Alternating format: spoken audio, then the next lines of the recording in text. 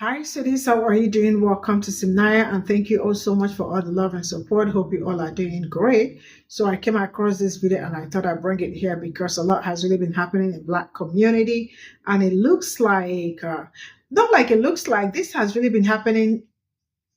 It didn't start today, right? It's been here and all that. And this one actually come out to talk about racism, racism in criminal justice system. Like he said that it is the episode or the epitome of racism that has been happening, especially to people that look like me and all that, and how they also want to make America great right now. And he is asking, why do you people want to make it great? Is it for you people or for other people also? Because you can't say you want to make something great, like take me back to 99. I'm just giving as an example, or take me back to 1980 or 70s or 60s, when what happened during that time was not great for people that look like me. How do you want to take me back to that time? Like, how do you want to transport me to that? Right? So he went further to talk about mass incarceration, and that the rise of mass incarceration, which is also affecting Black community, and how they are also very quick to act like they are the oppressed, because all the time we talk about what is going on in Black community, it's either that you are exaggerating, or why are you talking about it? Like, you all are opportune to be here, and you should do of what you have here and get over it. Let's get into this.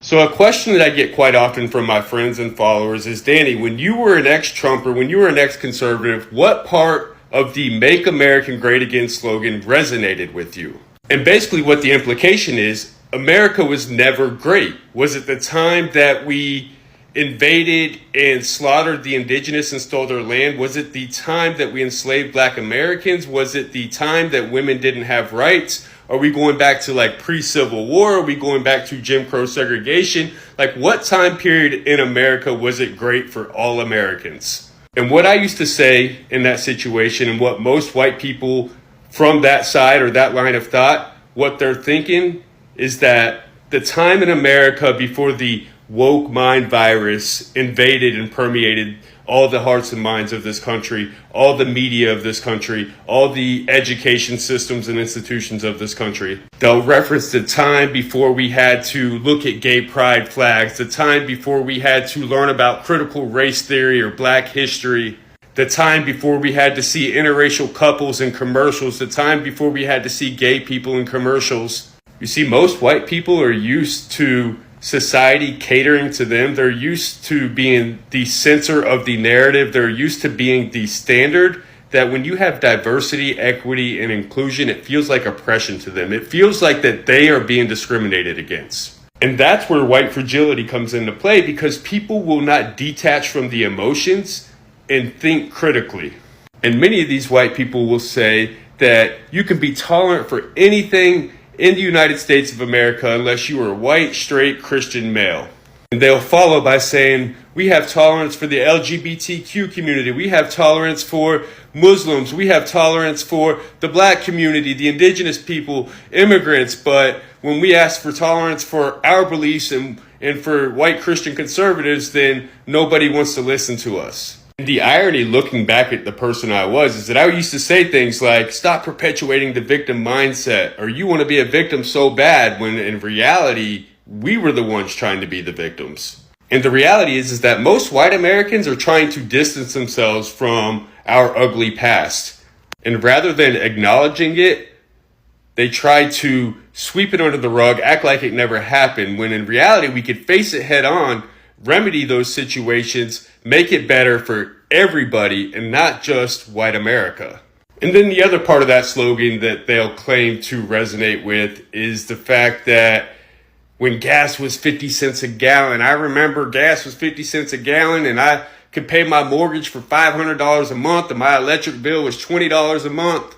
And if we really get to the heart of the matter, Make America Great Again resonates with so many white people because it takes them back to a time where they didn't have to face this country's issues, where they didn't have to deal with our real problems, where they could just run from it or pretend that it wasn't there. White people say all the time, why can't we just stop talking about it? We can, once we actually face the problem, deal with it, and create equality, equity, diversion, and inclusion. Once we get to that place in this country, then we don't have to keep talking about it. But until everybody gets on board, then we're going to continue bringing it up and doing the work. And as VP Harris said, we are not going back. We're going to continue to move forward.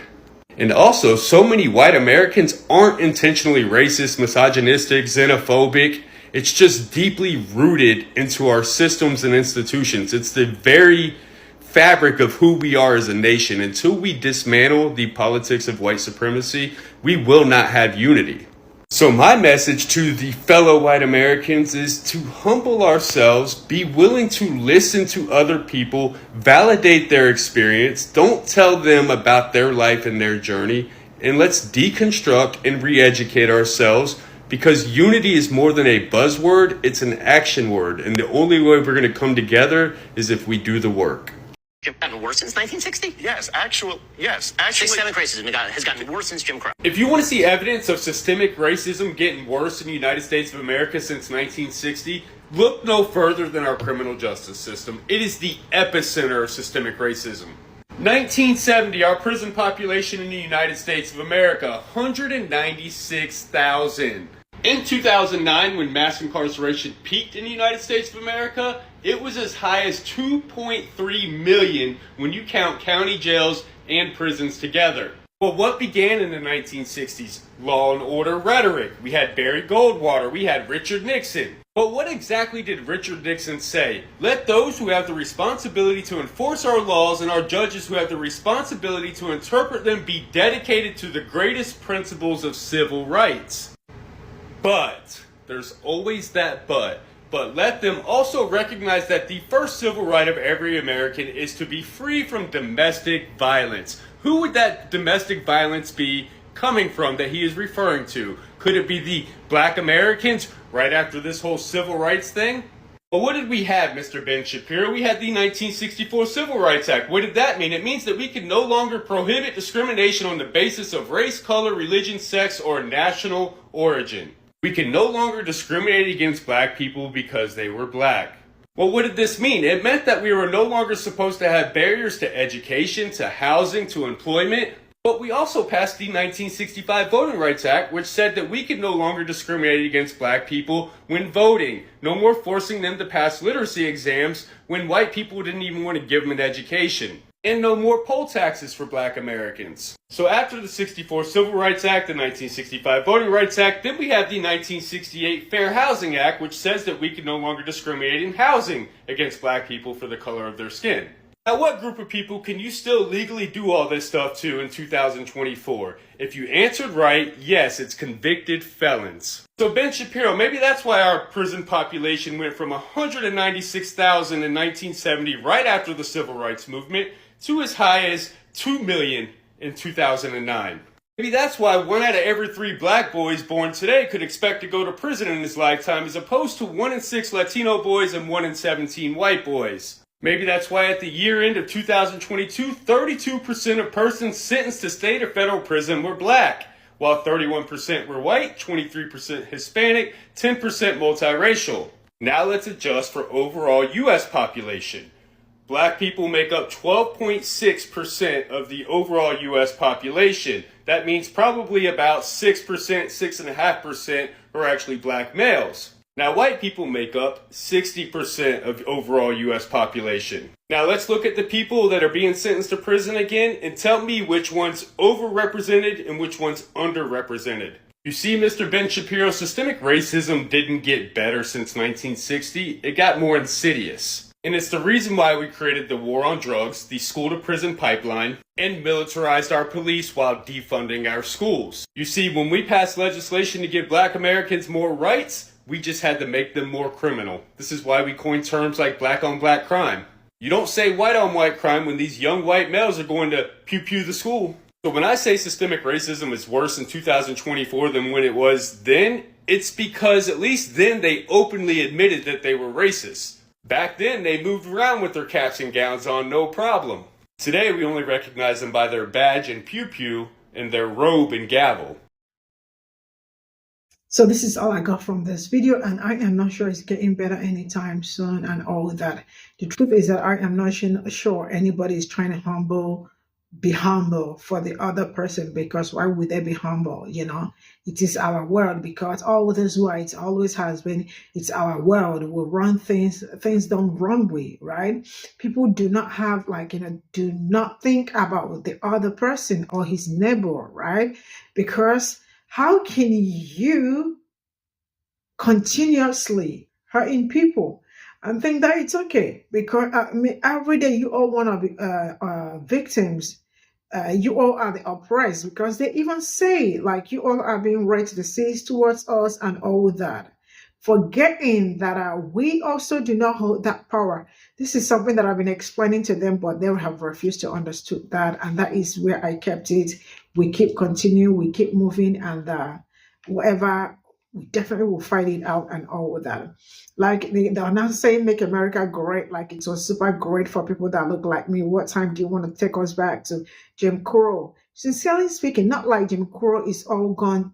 Jim Crow is still here, or just like it's subtle.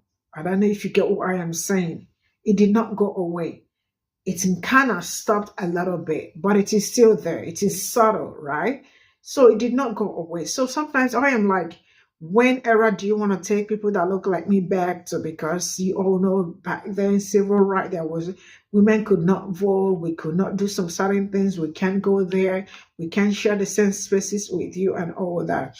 Well, now the truth is that some of them are so quick to hush us or tell us it's been long ago, they keep saying it, but then they are denying that nothing happened. Sometimes I am kind of confused, because how are you denying that something happened? And then you're telling me it's been long ago, get over it. How am I supposed to get over something that happened to me, something that is part of my existence, something that is part of my living and all of that? I am supposed to get over it and turn deaf ear, pretend like it never happened. It's only a fool that will do something like that, especially when it comes to history. That's why they keep saying, if you do not learn your own history, you are bound to repeat those history you did not learn. And when you make that mistake, trust me, your other generations are going to make that mistake. And by the time they will find out, it definitely will kind of be, I don't know, it definitely will be kind of probably late. Now, let me use for example, there are some people that will say, oh yeah, when my family, before Christianity came, we were pagans, we have oracles or we have deities and all that in the house. And when Christianity came, we trashed all those things away. Are you listening? And now, those things they trashed away because they've not been, they are no longer taking care of them. They started acting against the livings, the ones that did not even know what happened during back then, right? So most times when you ignore history, it comes back hunting you, and when it start hunting, definitely will hunt really so bad, right? So I am sick and tired of hearing get over it. It's been long ago. Now you are opportunity to be in the United States. United States is a land of milk and honey. Am I saying that there are no opportunities in United? There are so many opportunities. But trying to hush me or trying to make me not talk about my experiences. The truth is that the people that they experience all that are still very much alive. So they are telling their stories and the rest of it. I cannot tell you to be nice to me. I cannot tell you to be right to desist towards me. But what I am telling you is that when you continue doing it, when you keep doing it, I am hurt. People around me are hurt. Stop hurting people, because it's not going to get you anywhere. The best we can do is look for a way to manage ourselves and be human enough to understand that a certain kind of people have really been through a lot. Because it only takes a human to understand that I am supposed to do this or I am not supposed to do that, right? Right, the season has really eaten so deep into some people's system that they do not see it as anything. And like I keep saying, like you said, criminal justice is one of the worst, like one of the right to the seas of systemic racism. And you all can see police brutality and all that, people dying here and there, and the rest of it. Nobody's speaking up. You all should come out and speak up, because some most of them are the ones committing some silent and the people that is happening around, right? And that they are always very quick to call us this, that, you savage, you this and that. I know. We are everything. There is nothing we are not. We are absolutely everything. Like, hurricane mix with whatever you call it. We know we are everything. But you all can actually do better and understand that you all been dealing with human beings. You all are not dealing with animals, right?